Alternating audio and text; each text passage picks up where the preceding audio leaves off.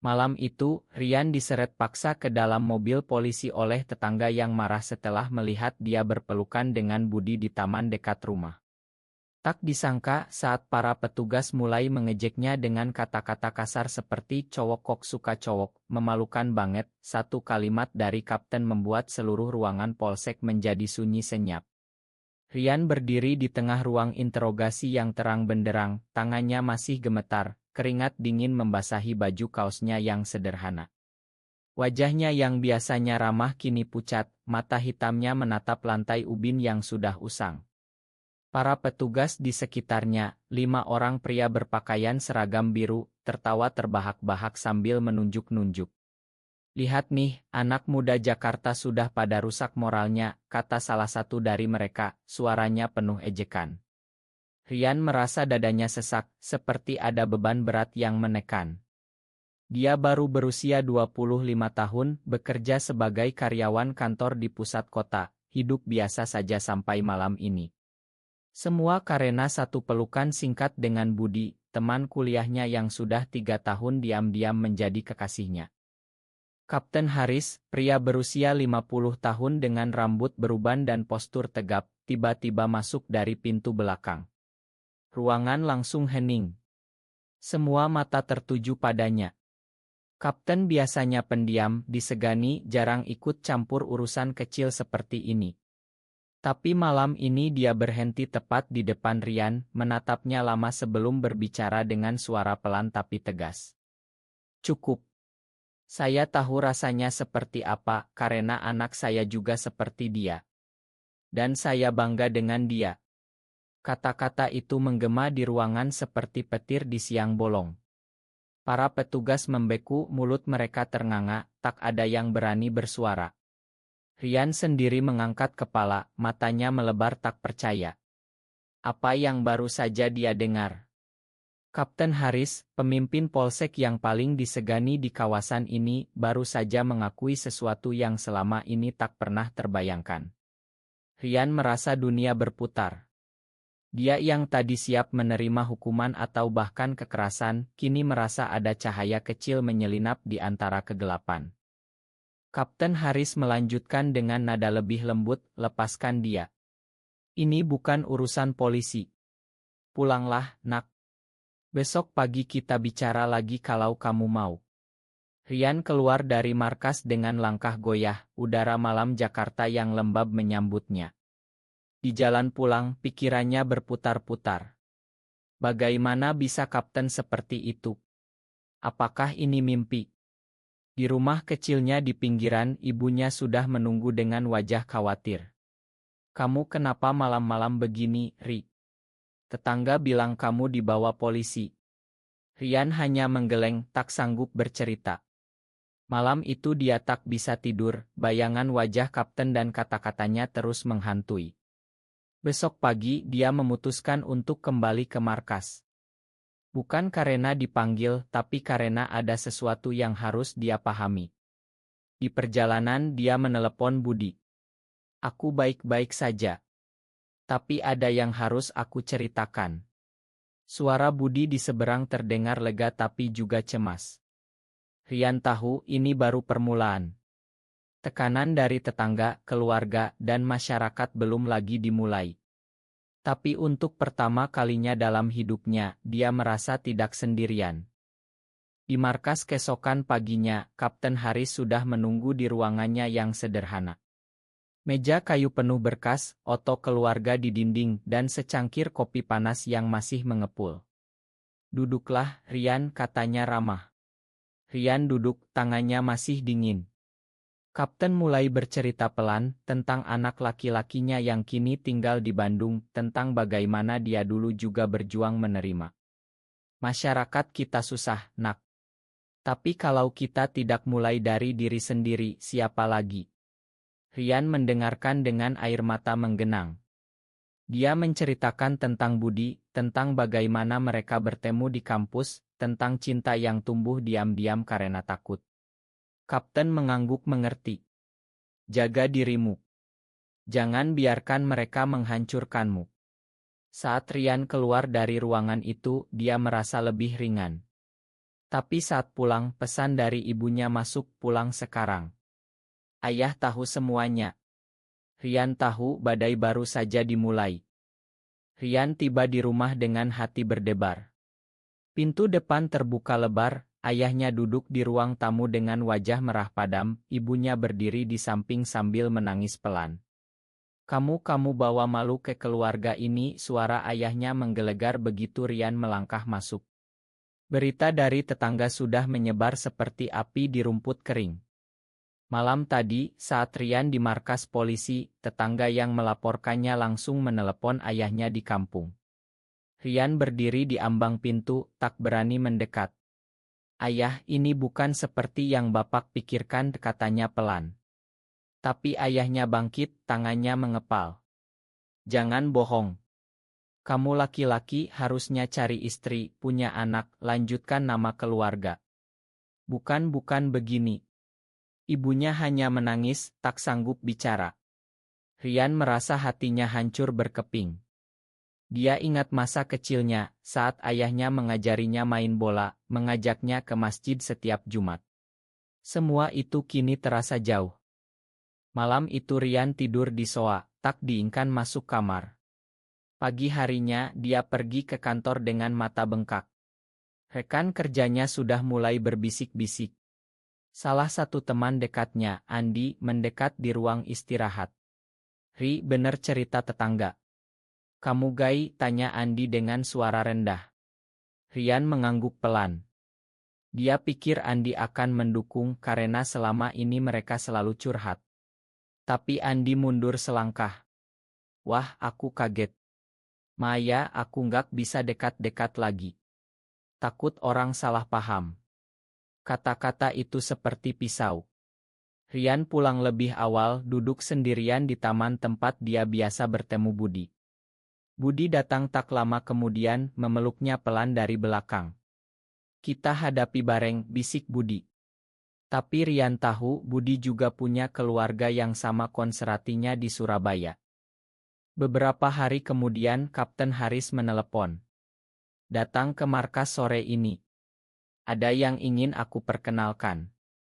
Rian datang dengan hati campur aduk.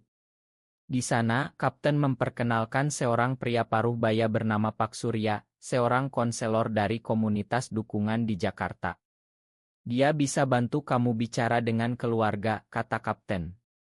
Rian mulai cerita panjang lebar, tentang rasa takut, tentang mimpi-mimpinya yang tertahan. Pak Surya mendengarkan tanpa menghakimi. "Kamu bukan penyakit, Rian. Kamu hanya mencintai dengan cara yang berbeda." Kata-kata itu memberi kekuatan. Tapi saat pulang, ibunya menunggu di depan rumah dengan wajah tegang. "Ayahmu sakit karena kamu, Ri. Dia bilang kalau kamu tidak berubah, dia tidak mau lagi menganggap kamu anaknya." Rian merasa dunia runtuh. Dia pergi ke rumah Budi malam itu, menangis di bahu kekasihnya. "Aku takut kehilangan semuanya." Budi mengusap punggungnya. "Kita akan cari jalan." Malam itu mereka berjanji untuk tetap bersama, apapun yang terjadi. Tapi di luar sana, desas-desus semakin kencang. Rekan kerja mulai menjauh, tetangga menatap sinis. Rian mulai bertanya-tanya, apakah cinta ini layak diperjuangkan? Minggu berikutnya, Rian menerima telepon dari Andi, teman kerjanya yang dulu dekat. "Ri, kita ketemu yuk. Ada yang ingin aku minta ma." Rian setuju, bertemu di warung kopi dekat kantor. Andi datang dengan wajah murung. "Maya kemarin. Aku takut sendiri. Tapi sekarang aku mikir, kamu tetap temanku." Rian tersenyum lega, pikirnya akhirnya ada yang mendukung. Mereka ngobrol lama, Andi bahkan menawarkan bantuan bicara dengan ayah Rian. "Aku kenal ayahmu dari dulu, biar aku yang jelasin." Rian percaya. Tapi 2 hari kemudian, ayahnya menelepon marah-marah. "Kamu cerita ke Andi. Sekarang seluruh kampung tahu. Kamu mau hancurkan nama keluarga." Rian terpaku. Andi ternyata justru menyebarkan cerita itu ke kerabat ayahnya di grup keluarga besar. Pengkhianatan itu seperti tamparan keras. Rian menangis sendirian di kamar kosannya yang baru disewa setelah diusir dari rumah. Di kantor, suasana semakin buruk. Bos memanggilnya ke ruangan. Rian, ada keluhan dari klien. Mereka bilang kamu tidak profesional. Aku terpaksa kasih cuti tanpa gaji dulu. Rian keluar dengan langkah berat. Dia pergi ke markas polisi lagi mencari Kapten Haris. Kapten mendengarkan cerita itu dengan sabar. Pengkhianatan dari teman itu sakit, nak. Tapi itu bagian dari perjalananmu untuk belajar siapa yang benar-benar peduli. Kapten memperkenalkan Rian dengan kelompok kecil pria yang sama mengalami. Di sana Rian bertemu dengan Dika, seorang guru yang juga gay dan sudah terbuka dengan keluarganya. Aku dulu juga seperti kamu, Ri. Tapi sekarang keluargaku menerima meski butuh waktu bertahun-tahun. Cerita Dika memberi harapan. Rian mulai rutin ikut pertemuan itu setiap akhir pekan. Budi datang ke Jakarta akhir pekan itu. Mereka berjalan di pantai Ancol, tangan saling genggam diam-diam. Aku mau pindah ke sini, Ri. Kita hadapi bareng. Kata Budi membuat Rian tersenyum untuk pertama kalinya setelah lama. Tapi saat kembali ke kosan, ada surat dari ayahnya. Kalau kamu tidak berubah, jangan pernah pulang kampung lagi. Rian membaca surat itu berkali-kali, air matanya jatuh. Malam itu dia menelepon ibunya. Bu, aku tetap anak ibu. Aku cuma ingin bahagia dengan cara aku. Ibunya menangis di ujung telepon. Ibu sayang kamu, tapi ayahmu dia belum siap. Rian meletakkan telepon, merasa sendirian lagi. Tapi pagi harinya, Dika mengajaknya ke acara komunitas. Di sana Rian melihat banyak pria seperti dirinya, hidup normal, bahagia. Kamu tidak sendirian, kata Dika. Rian mulai belajar mencintai dirinya sendiri, langkah demi langkah. Tapi pengkhianatan Andi masih meninggalkan luka. Dia memutuskan untuk tidak balas dendam, hanya fokus pada dirinya. Bulan demi bulan berlalu. Rian akhirnya resign dari kantor lamanya, mulai kerja relance sebagai desainer grafis dari kosannya. Penghasilannya cukup untuk hidup sederhana bersama Budi yang sudah pindah. Tapi tekanan keluarga tak kunjung reda. Ayahnya sakit keras, ibunya menelepon memohon Rian pulang. Ayahmu tanya terus tentang kamu, Ri. Dia bilang dia salah. Rian ragu, tapi akhirnya pergi ke kampung dengan Budi menunggu di Jakarta.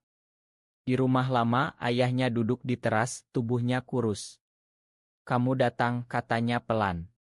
Rian duduk di sampingnya. Mereka bicara panjang, ayahnya menceritakan masa mudanya yang juga penuh tekanan. Aku takut kamu menderita seperti orang-orang yang aku lihat dulu. Rian menangis, memeluk ayahnya. Aku bahagia sekarang, Pak. Ayahnya mengangguk pelan, meski belum sepenuhnya menerima. Itu sudah cukup buat Rian. Kembali ke Jakarta, Rian dan Budi mulai merencanakan hidup bersama. Mereka pindah ke apartemen kecil di pinggiran, membuka usaha kecil jualan online. Tapi sahabat lama Rian yang lain, seorang wanita bernama Sinta, tiba-tiba muncul. Ri, aku dengar ceritamu dari Andi. Aku dukung kamu. Sinta membantu mereka dengan proyek desain. Tapi suatu hari, Rian menemukan chat lama di ponsel Sinta yang tidak sengaja terbuka. Sinta ternyata yang menyebarkan rumor ke kantor lama Rian demi melindungi nama baiknya sendiri. Pengkhianatan kedua itu membuat Rian marah besar. Dia konfrontasi Sinta di Kai. Kenapa kamu lakukan ini? Sinta menangis. Aku takut kamu dihukum masyarakat. Rian pergi tanpa kata, hatinya semakin kuat. Dia belajar bahwa tidak semua orang bisa menerima. Di pertemuan komunitas, Kapten Haris datang sebagai tamu. Aku bangga melihat kamu tumbuh, Rian. Kapten bercerita tentang anaknya yang kini bahagia di Bandung bersama pasangannya. Rian merasa ada mentor sejati. Budi juga mulai terbuka dengan keluarganya lewat telepon. Mereka bilang pelan-pelan mereka coba pahami. Malam itu, di balkon apartemen, Rian dan Budi duduk berdua menatap langit Jakarta. Terima kasih sudah bertahan, bisik Rian. Budi tersenyum. Kita sama-sama belajar. Tapi di balik kebahagiaan itu, Rian masih merasa ada bagian dirinya yang hilang. Dia memutuskan untuk kembali ke kampung sekali lagi, kali ini membawa Budi. Ayahnya melihat Budi diam lama lalu mengangguk. Masuklah. Itu langkah kecil, tapi bagi Rian seperti gunung yang berhasil didaki. Tahun pertama hidup bersama berlalu dengan penuh tantangan. Usaha Rian dan Budi berkembang, mereka bahkan bisa menyewa rumah kecil di pinggiran Jakarta. Keluarga Budi dari Surabaya akhirnya datang berkunjung. Awalnya tegang, tapi setelah makan malam bersama, Ibu Budi memeluk Rian pelan. Asal anakku bahagia. Rian menangis bahagia. Tapi di Jakarta, masyarakat sekitar mulai berbisik lagi. Tetangga baru melihat mereka sering bersama, bertanya-tanya. Suatu malam, ada surat anonim di depan pintu, kalian bikin kampung ini kotor. Rian marah, tapi Budi menenangkannya. Kita buktikan dengan hidup kita yang baik. Mereka mulai ikut kegiatan lingkungan, membantu anak-anak belajar, sehingga pelan-pelan tetangga mulai menerima. Kapten Haris pensiun tapi tetap hubungi Rian. Kamu sudah seperti anakku sendiri. Suatu hari Kapten mengajak Rian ke acara besar komunitas di Bandung. Di sana Rian bertemu banyak pria Indonesia seperti dirinya, dari berbagai profesi, dokter, guru, pengusaha. Cerita mereka memberi kekuatan baru. Rian mulai berani berbicara di depan umum di pertemuan kecil. Aku dulu takut, tapi sekarang aku tahu mencintai bukan dosa. Kata-katanya disambut tepuk tangan. Budi bangga melihatnya. Tapi di tengah kebahagiaan, ada kabar buruk, ayah Rian kambuh sakitnya. Rian buru-buru pulang kampung sendirian. Di rumah sakit, ayahnya memegang tangannya. Makan ayah, nak. Ayah sudah tua, tapi ayah bangga kamu berani jadi diri sendiri. Kata itu membuat Rian menangis sejadi-jadinya. Ayahnya pulih pelan dan untuk pertama kalinya memanggil Budi menantu.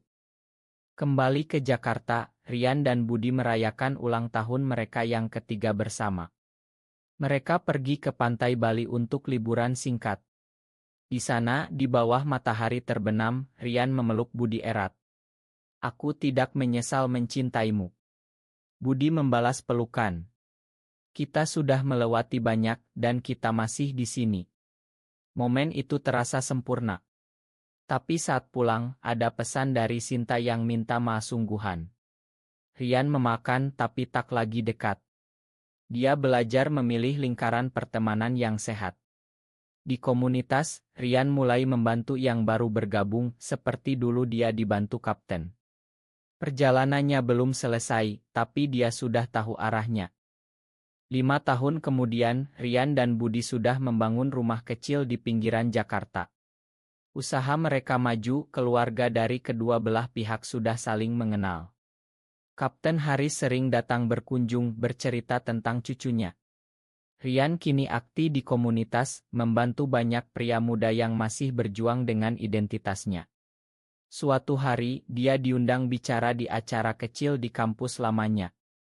Aku dulu seperti kalian, takut, malu. Tapi saat seseorang menerima aku apa adanya, aku belajar mencintai diri sendiri. Aplaus memenuhi ruangan. Budi duduk di baris depan, tersenyum bangga. Di rumah, Ibu Rian datang berkunjung lama. Ibu bangga dengan kamu, Ri. Ayah juga, meski dia jarang bilang. Rian memeluk ibunya. Malam itu, dia dan Budi duduk di teras, menatap bintang. Kita sudah jauh, ya, kata Rian. Budi mengangguk. Dan kita akan terus maju. Tapi Rian tahu perjuangan belum selesai. Masyarakat masih banyak yang belum mengerti. Tapi dia yakin dengan cinta dan keteguhan, perubahan bisa terjadi pelan-pelan. Rian sering mengingat malam di markas polisi itu. Satu kalimat kapten yang mengubah segalanya. Kini dia ingin jadi seperti kapten bagi orang lain. Di usia 30 tahun, Ryan merasa hidupnya lengkap. Dia bukan lagi anak muda yang takut. Dia pria yang berani mencintai. Di pantai Bali yang sama seperti dulu, mereka kembali liburan. Ryan memandang Budi yang tertawa di bawah sinar matahari. Hatinya penuh syukur. Perjalanan panjang ini mengajarinya bahwa penerimaan diri adalah awal dari segalanya. Apakah benar bahwa menerima diri sendiri selalu berarti mengkhianati keluarga dan masyarakat, atau justru itu adalah cara paling jujur untuk hidup bahagia? Benar atau salah?